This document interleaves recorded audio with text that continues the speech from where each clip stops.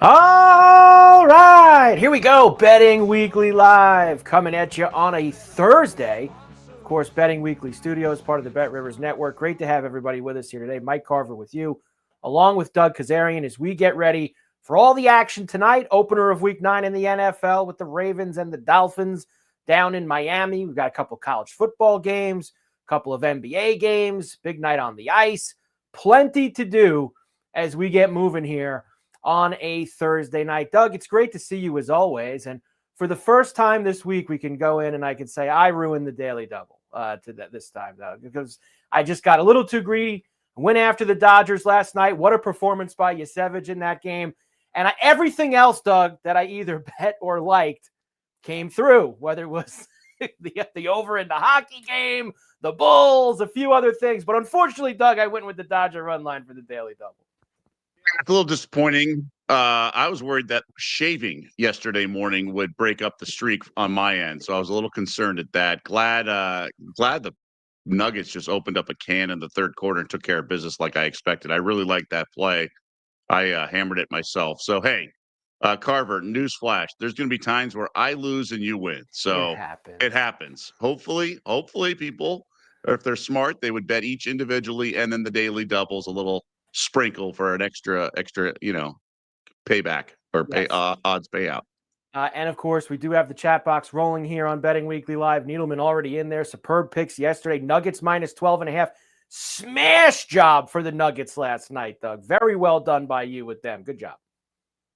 Thank you. And I think it's important for people to realize, and I did not do first half and game. It's like it's very easy, Sam. The lesson here is when you flip a coin 6 times versus 50 times, you're more likely to get a true outcome 50% in the larger sample size, right? So sometimes when you have these big spreads, teams will maybe mail it in or just kind of go through the motions unless it's a total revenge spot, and then there's an angle in the first half. So I didn't want to do first half. I knew at some point over the course of 48 minutes instead of 24 minutes, the Nuggets would make a run. And it just so happened that, the bad team made a run at the end of the second quarter, and somehow they were down like 15 and covered 7.5 at halftime. But then Nuggets had a little team meeting at halftime and then opened up the can, like I said, on the third quarter. So it's important to just let it play out over 4 quarters. Sometimes those big numbers will get you at the end of the game, backdoor. So I see the allure of a first half bet, but this time it made sense just to do the game line. Great job by you there. All right, let's get rolling here tonight. And we will probably at the end, Doug, I do want to bring up with you a little bit from that baseball game last night. But we got to get to tonight's action first. NFL Week 9 kicks off tonight in Miami. Ravens and the Dolphins. You should get the return of Lamar Jackson tonight. You will.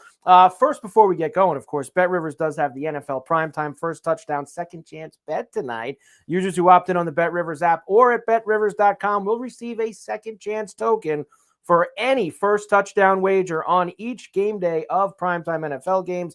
Of course, see the Bet Rivers app or website for full details. This has now gotten Doug to -8 for the Ravens at Bet Rivers with a total up now to 51 flat.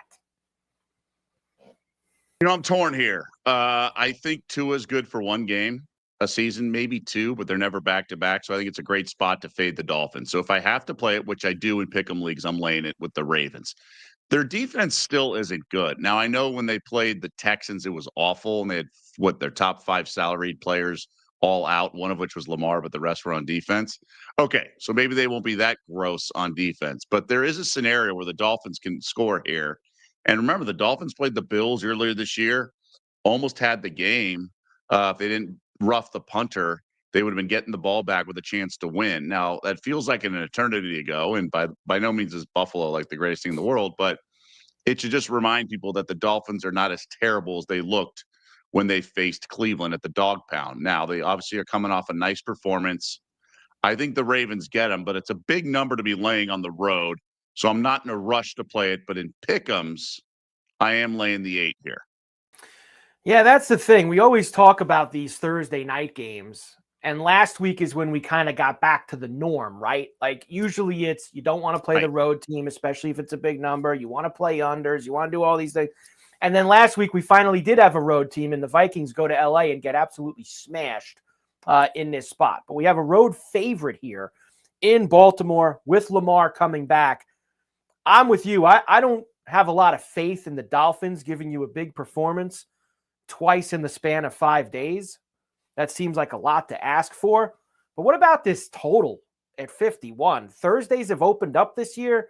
We've had a lot of overs on Thursday Night Football. These two teams, Lamar and Tua, Doug, I know these are different teams, and it's hard to go with this stuff. But Lamar, Tua, over the past 3 or 4 seasons, they've had some pretty explosive, wild games.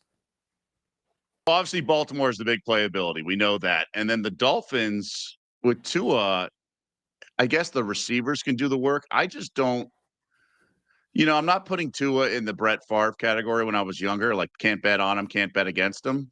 But he's slowly getting to that point. I do like betting against the Dolphins. That's why I said I'm not ready to put him in that category. But there is an element of the variance is too high with Tua and Dolphins games for me to really feel comfortable going to the battle. Now, one would say, hey, it's betting. It's all variance. But I do think he could look all world in some games and then can't even complete a pass. I'm just not a Tua fan. I don't want to root for Miami. I hate their coach. I hate their GM. There's not a lot to like. I would imagine they get up for this game, but really, I can see the over, but also this Dolphins offense kind of stinks. Yep. That's the problem is the Dolphin offense does stink. Obviously no Tyreek Hill, but they've been able to get Waddle involved a lot the past couple weeks. A few props for you here. There's one that stuck out to me, Doug, and that's Derrick Henry right out of the gate. Now, he's only, believe it or not, it's 87.5 for him tonight. He's only gotten over this twice this year. He's only got 200-yard games so far this season. But the Dolphins, Doug, have been smashed by the running game this year. You go up and down their schedule. Jonathan Taylor got him. James Cook got him. The Jets ran all over him on a Monday night. Rico Dowdle got him. Quinn Judkins got him a couple weeks ago in Cleveland. I don't know what Atlanta was doing last week, not getting Bijan involved, but that's Atlanta for you. Either way, Doug, you see where I'm going here. Dolphins have a hard time with the run. You'd like to think Baltimore maybe leans on him a little more with Lamar's first game back, not just throw Lamar all over the place. I really love this Henry over 87.5 tonight. I mean, look, he's been showing his age, at least after the opener, right? He had a big game, the big touchdown run, and then it was like, oh gosh, he's fumble city. But then the offense just deteriorated. It was Cooper Rush. I mean, how much stock can you put into his performance when it's Cooper Rush? I could see them getting back to the run here and really just drilling and grinding away. So I wouldn't bet under. I can see over. I didn't believe in the Derrick Henry's finally showing his age thing, and he had the big game a couple weeks ago against the Rams. I think he'll be in the 20 carry range. I guess the question is Lamar's return. What kind of impact? I guess Baltimore wouldn't bring him back unless they thought he was healthy because they did win their last game. So, yeah, I can see it for sure. Yeah, give him the rock and let him run. I mean, let's go. Pound it, especially when you got a team that can't stop the run. You might as well let Henry go out there and smash a little bit. And I'll give you one on the other side, and that's Jalen Waddle. Since Hill has gone down, take out the Cleveland game, kind of an anomaly for me, Doug, obviously. Really bad conditions. It was hard to throw the football that day. The other 3 games with Hill out, 110, 95, and 99 last week against Atlanta. And 66.5 for Waddle. I get it. Ravens have a little bit. The Ravens have been thrown on a little bit this year. 66.5. We're going up with Waddle tonight.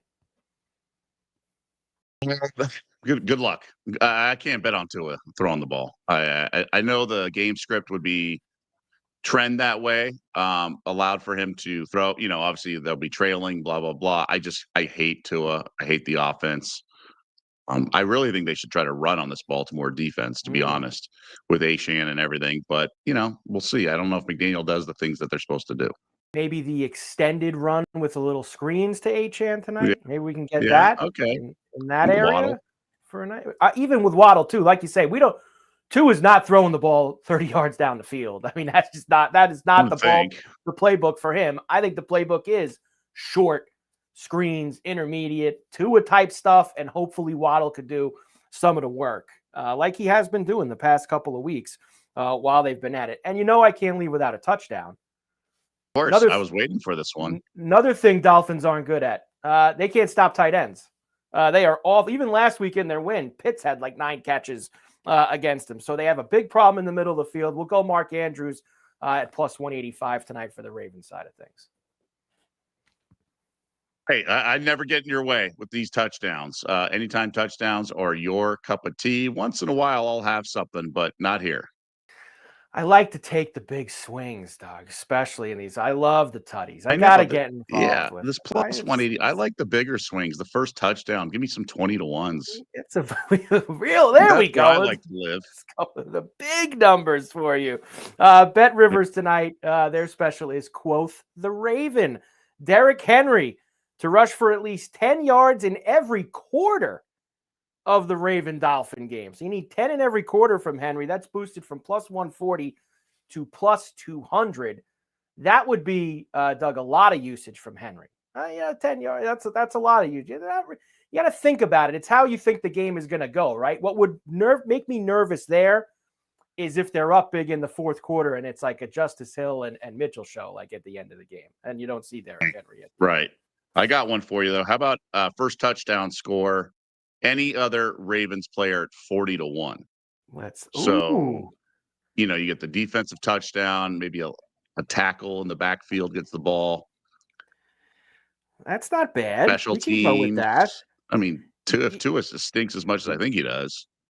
They got Hopkins is 25-to-1 for first touchdown tonight. Man. And guy still can catch anything in his radius. And Bateman 17, who a lot of people forget about too. I mean, he is out there pretty much every play, along with with Flowers. So Bateman 17-to-1 first tutty. You want to go big ball tonight, 40-to-1 for you right there. Any other Baltimore Ravens player to score the first tutty. So Ravens and Dolphins tonight, week number 9 in the NFL gets underway. Also tonight, Doug, let's go to the NBA, where things have been rolling pretty good for us. We've got 4 games tonight in the association. We'll start with the big one. Warriors, and I saw Warriors, I think, Doug, 9 of their next 11 on the road for Golden State. So they're going to be spending a lot of time away from home. That starts tonight in Milwaukee, where they will see the Bucks. Warriors minus 3.5 here. Road favorites, 231.5 the total. Golden State's a really good team, and they're a problem right now in the West, and no one wants them. But I do think this line is inflated. I think it should be pick 'em. I really do. I'm on the Bucks here. Not a huge play, but I have to grab the points. Milwaukee is determined to start the year strong. Now, Giannis is an absolute freak, and they don't have the greatest supporting cast, and Golden State will beat you a lot of ways. But, Golden State's like bottom 5 in defensive efficiency. That's a concern here. And they asked Steve Kerr about it recently, and he said that their offense is going to be their best defense, meaning if they score, they're less likely to give up transition and all that set. Their half-court defense will be set. So I am certainly on the dog. There's no way I can lay the 3.5 here. It did steam up a little bit from about 2.5, 3 to 3.5. So that concerns me a little bit, but I think it's too many points. I texted an odds maker. He agrees with me. It seems a little high. So a guy I respect in the NBA world. So I have to take the 3.5. I do see a path where the Warriors are just too good. But Milwaukee's, with Giannis putting up like 35-point triple doubles and things like that, they have shooting around him. I don't love like Rollins, but Rollins is coming up really strong. He's working with Rajon Rondo a lot. Rondo's an assistant on the staff, and he's teaching him. And remember, Rondo was a genius of a player, right? He's such a smart player. Everyone said he was a future coach. So he's been working with Rollins on how to run point while Porter Jr.'s out. So Rollins is kind of a no-name and whatnot, but he's getting personal attention from Rondo in terms of how to read everything, set up his teammates. They have good shooters with Gary Trent and A.J. Green. Miles Turner's not knocking the cover off the ball, but he's doing enough and doing what they need. And then the bench is okay with Taurean Prince and Portis. I don't like Kuzma, but off the bench, he's not bad. I do like Cole Anthony and Amir Coffey, former Clipper. So there's a lot to like on this team. And Golden State's really good, man. As Steph goes off, Steph goes off. But to your point, they've played a lot of games at home. They went up to Portland in a back-to-back and got absolutely drilled. And that was a big night. That was the day that Chauncey Billups was arrested and everything. So I would say I think there's just line value. Of the course of a season, I think you're going to win more than you lose if you take the 3.5 here. Yeah, they have got a long haul here all the way through pretty much almost to Thanksgiving. They only play 2 home games really over the next 3.5, 4 weeks. So that's a lot of road time for the Warriors that's going to be coming up here. I did see they're hanging AJ Green again over 2.5 at plus money, Doug. Over 2.5. Yeah, I saw that. It was a big plus money too. And by the way, 125. looks like 10 of the next 12 are on the road. 10 of the next 12. I was wrong. I missed it by a game. Yeah. 9 out of 11. So there'll be some opportunities here. And honestly, the Clippers are off a big win over the Clippers. They had lost 7 straight meetings or 7 of the last 8 with the Clippers for some reason. I liked the Warriors the other night. We talked about it. I liked I think I said I liked plus 1.5 or whatever it was. They won by 20. Clippers are in shambles right now. And I think Clippers are a fade right now. But AJ Green over 2.5 is the only way I would play it. I just don't know enough about this Golden State defense and what they prioritize. But again, they are 5th among the 5 worst efficiency-wise, so maybe it is a good fade. Let's go next to Charlotte, where we get the Magic and the Hornets together tonight. Back-to-back for the Magic as they lost last night in Detroit by 19 to the Pistons. Now tonight they're in Charlotte against the Hornets. Orlando minus 2.5 at Bet Rivers. 239. Big toll. And why not, Doug? It's a Hornet game. Up, and away. Well, that's the thing. Now, I was a little concerned the other day. Brandon Miller's out for a while. So that's key because he's a bucket. I mean, the guy is good. But this team just they score 1 million against the bad teams, and then they give up 1 million against the good teams. So I think they're going to give up 1 million here. All 4 games have gone over the total. I don't mess around with their team total because, like I said, if they face a good team, they'll give up points. The problem is Orlando, not what everyone expected out of the gates, right? They're really struggling. And no, I don't know, was Jamal Mosley on the hot seat? Like he was a candidate for Coach of the Year, but now it's like, oh, maybe he'll get fired. Big expectations with Mosley coming in, all that stuff. But they are 1-4 straight up, 0-5 ATS. So you don't know what you're going to get here from their offense. I think it's a breakout game. My quick evaluation is that Banchero and Wagner both think they're sort of the alpha, and frankly, neither are of a championship team. So Banchero's obviously the guy, but I just think he's more Blake Griffin. I don't think he's like Giannis. It's one of those things. And then Bane hasn't been fit in perfectly. But against the Hornets, they could be just what the doctor ordered, right? The recipe to get out of the funk. It's tempting to lay the 2.5 here, but the Hornets are, man, they can shoot and score. So I think we're going over the total here. My only concern is the Magic offense sputters. This is not an offense that's been clicking necessarily. So that's why it's not like a banger. Yeah, I think the concerning thing for them too, like you said with Moses, they've lost games to teams that they're supposed to be better than, right? Like they've lost to the Bulls, they've lost to the Hawks, they've lost to the Sixers. Those are teams that coming into the year, we can prognosticate all we want. You would think that the Magic, Doug, are going to be better than most of those teams, and they've been losing to them. So not a good scene, but the Hornets are probably the right way to get yourself back on track, despite it being a back-to-back on the road for Orlando. We can get some points maybe this evening. Elsewhere, Wizards into OKC against the Thunder tonight. Thunder now minus 15. 231.5 the total. It's too many points, just given the injury report for OKC. We still know Jalen Williams is not back yet. Chet Holmgren's out as well. So those are 2 all-star caliber starters that are out. I mean, that right there, that's a lot, right? Topic, a guy on their team who didn't play a lot, but he's now has to go testicular cancer treatment. So that's obviously a shock to the system for the team. Yep. You're just going to get a lot of like Aaron Wiggins, Case and Wallace, who are good players, but the Wizards play up to their competition a lot. This team's only been blown out, I believe, once. Yes. OKC is by far the better team. And honestly, I think the Wizards jump on them. If you want to sprinkle first quarter money line, I can't fault you. Now, I thought about the plus 4.5, but I needed a bigger number. But I'll tell you why. Thunder were just trailing at halftime by the Kings at home, and then they came back and eked out a win. Usually when that happens, teams don't change their approach the next game. Thus, I think the Wizards are, because the Thunder are getting everyone's best shot. They have a bullseye on their back as the defending champs. So the Wizards are going to come into this thinking they can win.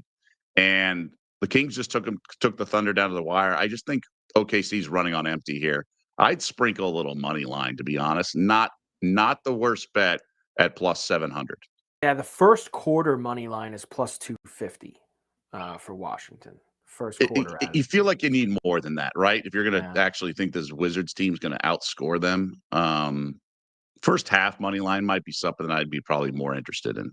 Yeah. First, you can get involved in that as well. First half plus 410 for the Wizards. Now we're talking. Now you're talking a little bit, some bigger, juicier numbers for us. And the Wizards are one of those teams too, Doug. They play fast and loose. Fast and loose. They're not heinous. They're not heinous like they were at the beginning of last year. No, they are not. There is one other game tonight. Heat in San Antonio against the Spurs. Spurs in Wembanyama off to a great start so far. 4-0. Heat haven't been bad either. 3-1. This is actually going to be a good game tonight. Spurs -6, 229.5 the total. Yeah, this Miami team's getting it done. We're not really sure how. With Norm Powell out, they're still kind of smoke and mirrors. I love their starting lineup, but still no Tyler Hero and no Powell, and they're getting it done last couple games. Pell, random guys. Hawkes is still producing, which is kind of bizarre. It's a big number for the Spurs. I think the market's corrected. Obviously, Wemby's been fantastic. I can't bet against him. He's been an absolute just beast across the board. I mean, it's really unfair. I mean, he had a 9-block game, and there's just no telling where the sky's the limit. We're going to learn a lot about Spurs team here because the pieces fit around Wemby as well, right? Like they tried Chris Paul and things like once they get Fox, they're going to be really like animals. So they're 4-0, 3-0-1 ATS. Really 3-1. That Pelicans game that went to overtime, it was 4.5 was the line. Most of it landed 4. I looked at the total here, and I thought over would be a good play. The problem is the Spurs clamp down. They have excellent defense with the anchor in the middle being Wemby, and they just funnel to him, and they chase guys off the three. And, Castle and Vassell are just committed to the defense, and this could be a low-scoring game. So I lean under, I lean Heat, but I got to see a team actually kind of hang with the Spurs and beat them because they've been trucking opponents for the most part, except for that one overtime game. I'm just not in a rush. I think there's better things to do with your money than bet against Wemby in San Antonio. I think it's one of those games and you've brought this up a little bit since the NBA started. It's a game where you want to watch, you want to see what's going to happen, you're interested in it, but it's just not one that you want to dive into. You want to see what's going on in the game. With the Spurs. Well, like any bet you make, you should kind of like play devil's advocate, right? Like, okay, just as much as I may like this game, there's someone else on the other side who likes it just as much. What do they see? And I can make an easy case on the other side. So why am I forcing a wager at -110 juice? With the other ones, like I could see the Warriors covering, obviously 3.5, but I just don't. I think it's a stupid bet because you're laying points unnecessarily. I think the Bucks want that game more than the Warriors do. And I think both teams, I think the Heat are going to want this game more than the Spurs, but I think the under ends up coming home. I really do. I think that this line's probably 5 points too high. It should be 224.5. There you go. 4 games in the NBA tonight and tomorrow, Doug. I know you're excited. First night of the NBA Cup tomorrow night, right out of the gate. So now we can maybe get a little bit more into this tomorrow. We can a little preview it now. I'd love to know what you think of this NBA Cup because I actually, believe it or not, as a guy who usually November and December NBA can be a little tough, I actually do feel like some of these guys, there's a little bit more, maybe not in these first games, but as they get into that like third or fourth game of the NBA Cup and they kind of know what they need and know what they have to do to get to Vegas, I do feel like it enhances a little bit of a regular season game, a little bit. So there's no doubt that the players treat it differently than the regular season games. I think it's ridiculous. You have to pay people more money to compete when they're making what they make. That being said, they're getting additional sponsors So it's extra sales revenue. So without the cup, NBA Cup, there would be no extra money anyway. So it really is just surplus or added value, whatever you want to call it. So I do think it's ridiculous. You have to incentivize, and the load management is a complete slap in the face of the fans. And so are these games, right? That you have to get these guys to compete and pay them more than their salary. What they're making, it's absurd. I like it because they're super intense and the defense clamps down. I hate the courts. I think the courts are an eyesore. And as a guy who has 5 TVs, when you have that times 5, it's literally painful on my eyes. I have to put football games on and stuff because I can't watch all that color, and it's just gross. Um, so I go back and forth, but I'm excited. I do think there's some tricky things to keep in mind. I was going to dive deep into it tonight, but early things to keep in mind is point differential matters. So you don't always get the dribble out. You get extra scoring. You get things like that. So that helps the overs a little bit and the favorites. If they're laying 7 and they're up 8, they're not dribbling out. They're scoring still. So that means they might miss and the other team gets a bucket, and got to be careful there. That's part of the equation. But defense is better. I think totals come down a little bit. But again, I want to dive deep because I wonder if, I guess the thing I wanted to look into is the money lines. If teams that are favored by 6 and 7, are they more likely to hit in an NBA Cup game because they're all hands on deck, more attention to detail? They're not going to get caught off guard. Maybe not cover, but is there more logic to the money line hitting? Well, we get it going tomorrow with the NBA Cup on a Halloween You're Friday getting excited night. for Halloween. Yeah, I was going to say, I got my outfit picked up. We'll see. Ooh, got a lot going on around here with Halloween, Doug. With 8 and 4-year-old, they're ready for Halloween every single year. Let's go to the ice. 11 games tonight in the NHL. We love Tuesdays and Thursdays are the best nights around the National Hockey League. Let's start with this TV game, which is the Stars in Tampa against the Lightning. I got a couple plays tonight, Doug, that are really streak-based and streak-driven, and one of them is the Stars. We went to them the other night. They've gone under in 6 games in a row. They played the 1-0 game with the Washington Capitals. It's a similar spot for me. Yes, they're on the road this time, but it's another good team that they're playing. Tampa hasn't played that well to start the year. I think once again we go under 6 with the Stars tonight. Little clamp down. They've been playing great defense, great goaltending. We're going to go under again tonight with the Stars and the Lightning. You had an under the other day. Wasn't it a 1-0 final? It was Stars. 1-0 late. Stars and the Caps. Yeah, it was the Stars. I mean, are you kidding me?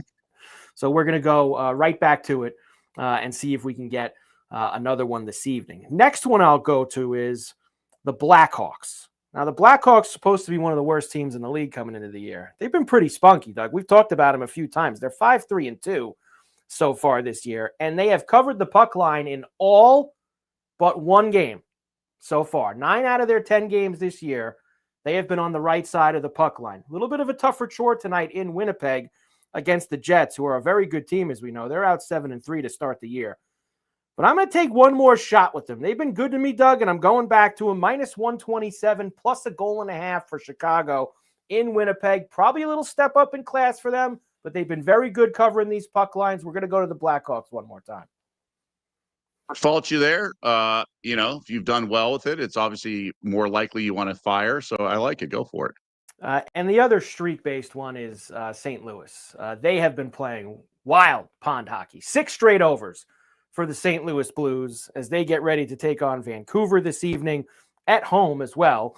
Flat 6 at Bet Rivers, up, and away. Over the 6, -103 for the Canucks and Blues. So we got an over, we got an under, and we got a puck line for 3 hockey plays tonight, Doug.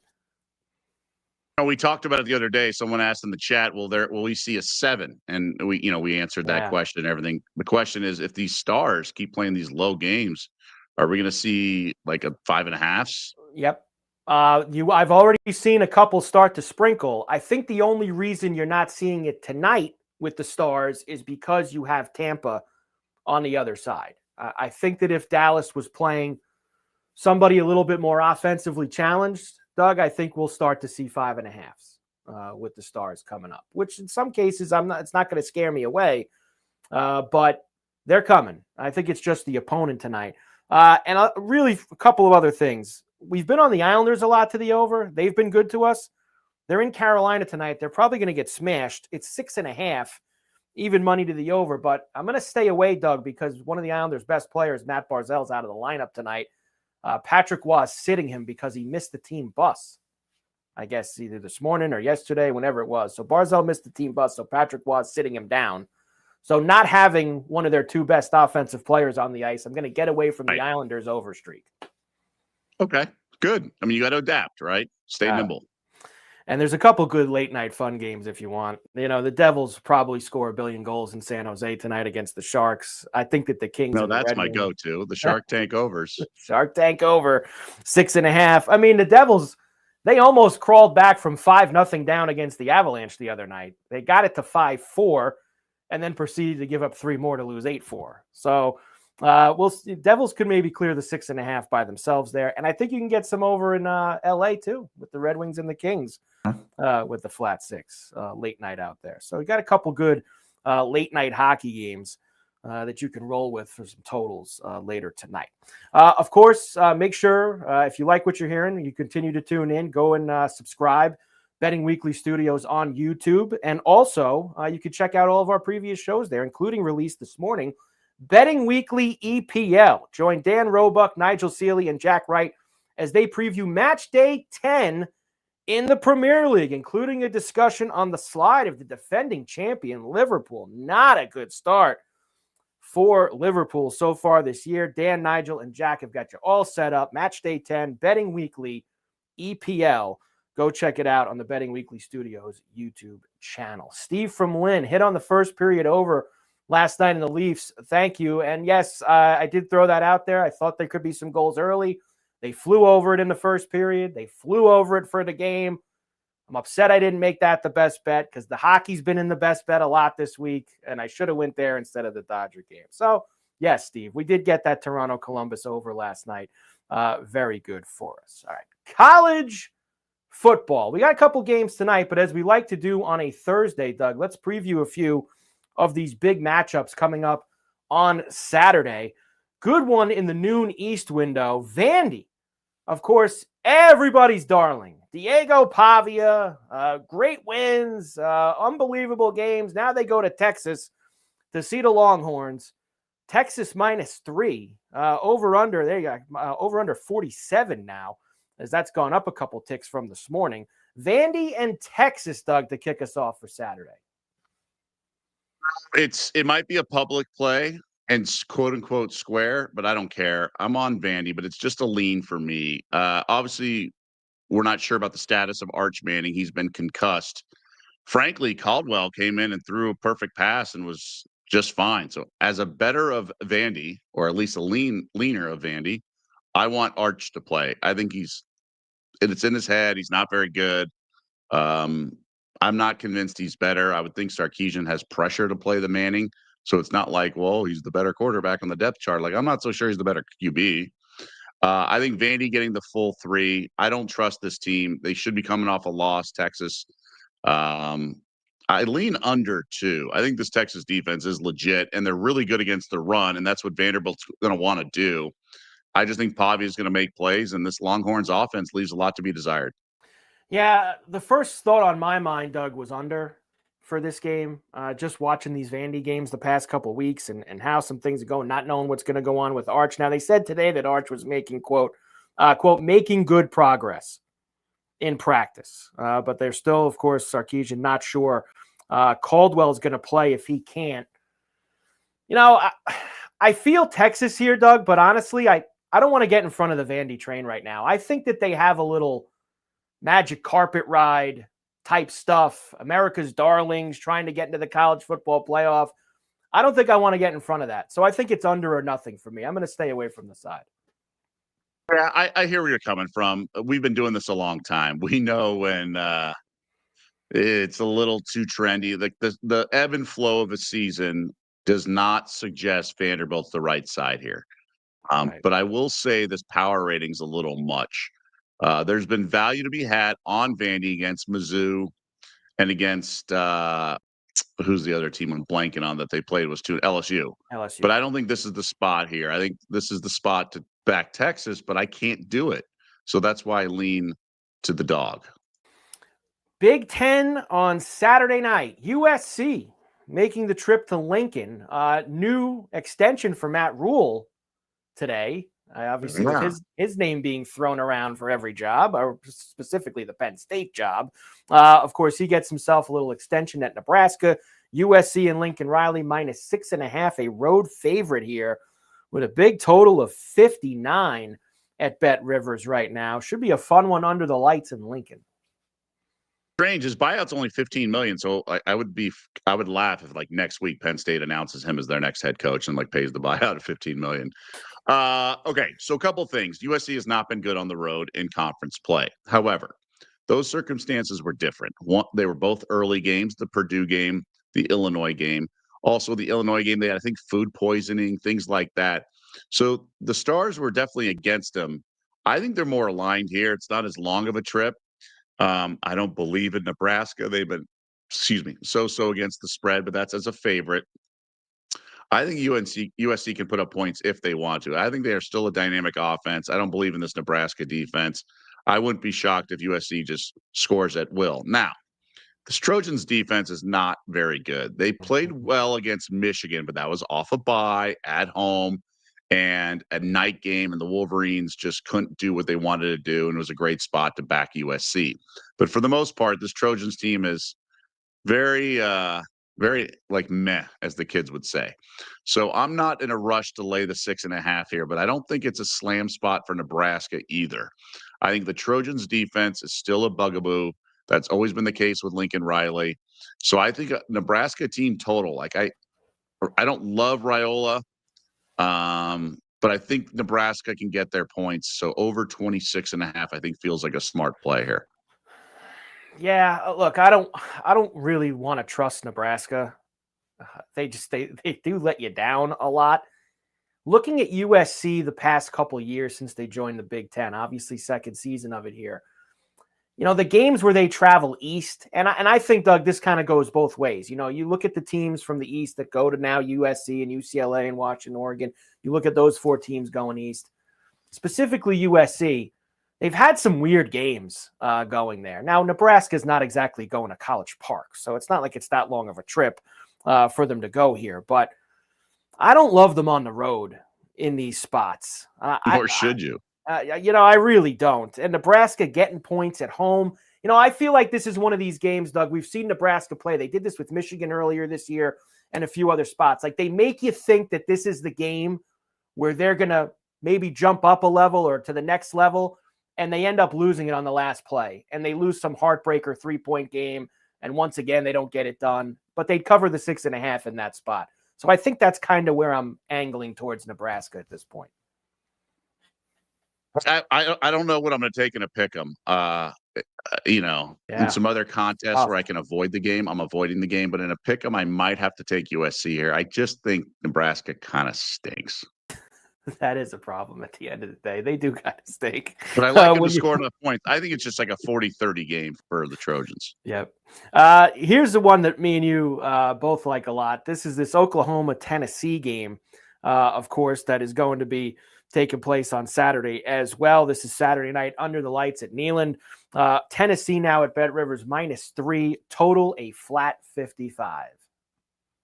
So I'm on the Vols here. Now, I've been kind of anti-Tennessee much of the season, and I needed to adapt, right? I think they've impressed some things, and teams are allowed to improve. I think UT's done some things with their defense offense that's been impressive. So I don't love Aguilar, but I think this Oklahoma team's overrated. First of all, Mateer hasn't been the same since the injury, which is understandable, but it is what it is, right? So that's where they are right now. And then the defense, that was this vaunted defense. Like, are we sure they're that great? And I'm not so sure. Like, they've shut down Texas. They shut down Auburn. They shut down Michigan. Whip-de-doo, okay? I do agree with the front four being solid, but I think the Vols, with their pace, their athletes on the outside, I think they're going to be able to do basically what Ole Miss did to Oklahoma last week. Now, you're laying 3 instead of catching 5.5 like the Rebels were last week, but this game's at Neyland. I think it's going to be it's a night game, so I think it's going to be just rocking. I think Oklahoma's a little dejected off what's happened lately. I think it's a good bet on spot for Tennessee. I think I'd grab the 3 now before he gets to 3.5.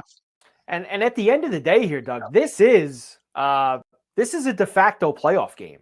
You know, the loser of this Sure is. game is going to have 3 losses, and they're going to be finished in terms of making the college football playoff. I'm with you. I just think that Tennessee has much more offense in a game like this that they're going to be able to get across the line. Mateer hasn't been right since coming back in the Texas game. I know Oklahoma's got a good D, Doug. You know they do too, but it's the Vol offense that I think is what's going to be able to get them home here, and being at home, being at Neyland. I think that those are the 2 things that do it for me. So I'm with you on Tennessee there in the Saturday night SEC game. Noon kick East for SMU and Miami on Saturday. Of course, Miami with a little bit of a actually coming off the Louisville loss of a few weeks ago. SMU lost. They lost to Wake Forest last week, Doug. SMU. Yeah, the spot was incredible for Wake, though. It was a tough ask. -12 on the road for Mario Cristobal and the Hurricanes, a flat 51 total. It's tough. I lean to the dog, but Miami is just so much better talent-wise and on paper. I just think it's too many points, and I think Cristobal's a bozo. See, that's the thing for me. And I was forgetting they started slow against Stanford last week. Oh, at home. Yeah. And they then covered on 4th down where they could have not scored. They could have taken a knee and everything. That game was 7-7 at halftime, and they outscored them 35-0 in the second half. So that was what I was thinking of after the Louisville game. This is one of those games where Mario is going to do something dumb on the road. Maybe they win the game, but they don't cover the game. I like SMU with the points, Doug. This is Mario's never good in these spots against a capable team on the road. Never good. I'm with you. There's a part of me that's like, what are we so afraid of Mario? We should be betting on Miami a lot this year and then just take it on the chin the one time he, cost them a game or whatever. So, they lost to Louisville. But Louisville's got athletes. That wasn't that ugly of a loss, all things considered. But you want a coach that's going to go for it. They were punching it in. They cut to Michael Irvin on the camera on the sideline, and he was like, you could see him doing math. And I swear he was doing the count backwards off the point spread he laid. So I just know that it was as blatant as it can be, Cristobal going for the cover. I think Miami's going to want to cover if they have the ball late. That's why it's only a lean to the Mustangs. Yeah, a buddy of mine, we were talking about this earlier. This is going to be one of these. We were looking at the Miami schedule. When is Mario going to blow the season for them? And it's that last game. They're at Pitt Thanksgiving weekend. That's another typical Mario will choke the game somehow. At Pitt Thanksgiving weekend, they're at Acrisure. That's probably where Miami will get their 3rd loss and be completely out of this thing at that point. It's weird, Doug, right? They go in these spots on the road. Last year, of course, Syracuse. How does they not learn from it? How does he not learn from it? All of these past times, the game with Georgia Tech, they don't learn, Doug. Did you talk about it all the time? These college coaches, they can never figure it out. Morons, but they were never taught it. Right. It's always do your job. Like Cristobal was an offensive lineman. He didn't have to worry about clock management, right? It was just follow the play. The coach is in charge, and then these coaches don't get it either. And they're never penalized for not thinking outside the box. They want to do the status quo because then they won't have to answer questions in the post-game press conference. They're a liability to their own team, which stinks because the players and the coaches have poured in hours and hours to prep for the game and then in the offseason, and you're not giving everyone the best chance to win. And that's what's so sad about the whole situation. We'll have some more college football from the weekend tomorrow, but we do have 2 games tonight that we have to get to. A Thursday night game. We've got a little Fun Belt. We've got an American. Let's start with Marshall taking the trip to the Teal Turf at Coastal Carolina. This actually now at Bet Rivers, as I'm looking right now, this is actually ticked up to 7 for Marshall. Marshall laying a full tutty and a flat 55 now, as the total also has gone up a little bit here, Doug. Yeah, this Coastal team's been playing pretty good ball late. I like Coastal, but the problem is the Marshall has really turned their season around, right? This was supposed to be everyone hammering the Thundering Herd win total under because the whole team, the coach and the Stars, went over to Southern Miss this year. Marshall was supposed to be like a pathetic team, but they've really come on straight or lately. And so I like Coastal. It's Coastal or pass, but I think the over is the lean for me as well. I think we're going to see a lot of points. Again, this is kind of lines up with what I'm saying about Coastal, just the fact that their offense has really been clicking late. They were a bet against earlier in the year. I think they're tough at home for the most part. So I'll roll with the Chanticleers on a lean, but really over 55 is the way to go. Yeah, I lean to Coastal. It's Coastal or nothing for me tonight, Doug. I like the home dog, especially now. I got the full tutty Full tutty. here, full tutty for Coastal tonight. I think I might go and grab that now before it goes, in case it goes back on me. Tulane and UTSA is the other game just after 7:30 East. Of course, that's at the Dome in San Antonio. -5.5 for Tulane, 54 flat the total. We talked about Tulane a little bit yesterday. Of course, they are one of those teams kind of in the mix for that group of 5 spot at 6-1 right now in the American. So I was on UTSA a couple weeks ago on the over. I thought they'd really kind of unlock their offense and things like that. I'm pulling back a little bit on that. I'm a little uneasy here. I think I was just jumping the gun, but they are different in the Dome, as you mentioned. Tulane, though, they can clamp down a little bit. So I'm not going to get involved. I think this one's going to land within 5 points of the total on either side. So if you can do a band, I think a band would be a good bet here. You could bet on that sort of window. It's total for me here, Doug. Look at these games at the Dome so far this year. They had a 79-pointer total with Texas State. They had a 68-pointer with Incarnate Word, a 74-pointer with Rice. It's up, up, up and away inside on the fast track. And I will go there again this evening. Over 54 for Tulane and UTSA tonight. Up, up, up and away. I like it. I love the beep, beep. Get the road runners running here, Doug. Let's go. And let Tulane run all over. Tulane probably score 40 themselves. I just need UTSA chip in with their 28. And we'll be all away we go. Beep, beep. Right. Okay. Fair enough. They're fun to bet overs, and their defense ain't good either. Nope. But I think there's sometimes there's course correction of a season. I just wonder if that's going to be the case here. Michael Corleone here in the chat box. Most college teams pad the spread. They have to please the donors and the believe you can see it, and that's why in college, I used to think Franklin did it a couple years ago with Penn State. They know what it is. A lot of them lie to you and tell you, "Oh, we don't know about the spread." We don't. They all know, Doug. They all know what it is, and they all want to cover for the boosters. Yeah, it's not as blatant. I mean, this was blatant. Like, if you're inside the 5, you could take a knee, and then they're going for it on 4th down. Just a total reckless sort of responsibility. It's just very irresponsible. Sure, Frank Reich liked it on the Stanford sideline last week. Poor Frank is just trying to get Stanford through the year before Andrew Luck hires a new coach. So there you go. 2 games tonight, Teal Turf and the Alamo Dome. Couple fun venues. Hopefully you get yourself some good games. All right, Doug.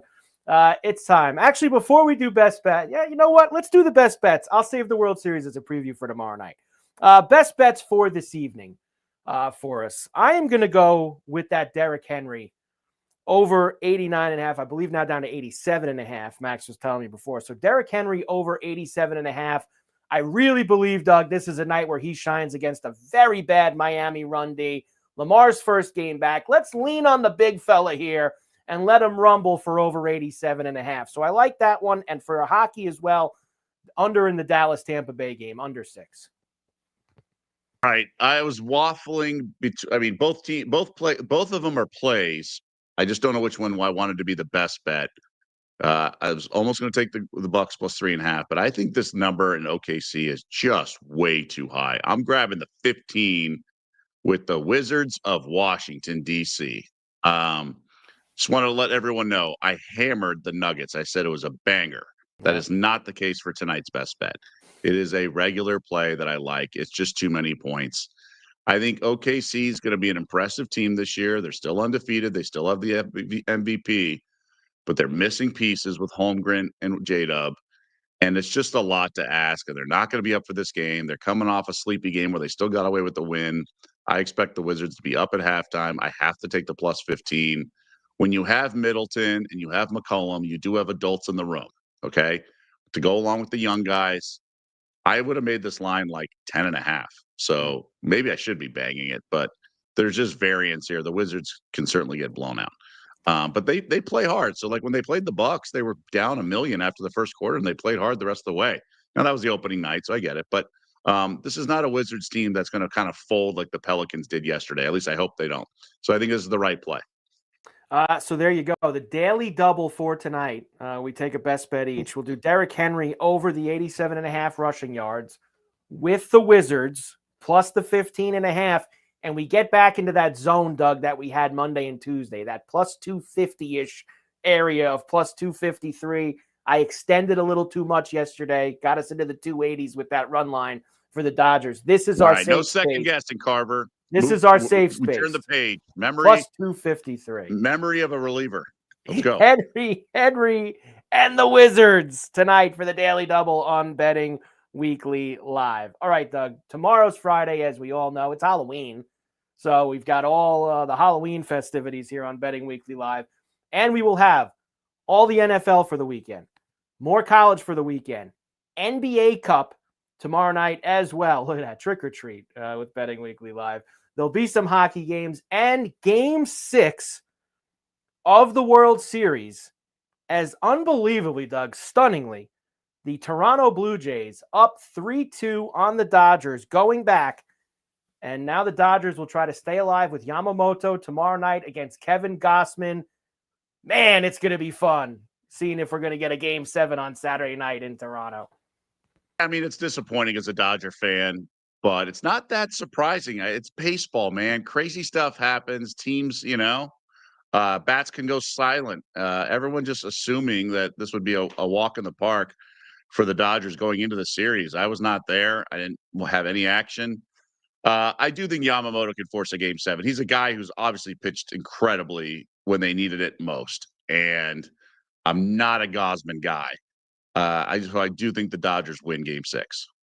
We will talk all about it tomorrow on Betting Weekly Live, getting you ready for that game tomorrow night, seeing if the Dodgers can get us another game on Saturday. All right, everybody have a great night. We've got the NFL game, college, tons of hockey, a little bit of NBA as well. Enjoy it. Betting Weekly Live on a Thursday. Mike Carver, Doug Kezirian. We are back with you tomorrow, 5 East, 2 Pacific. A trick-or-treat Friday Betting Weekly Live. We'll see you then.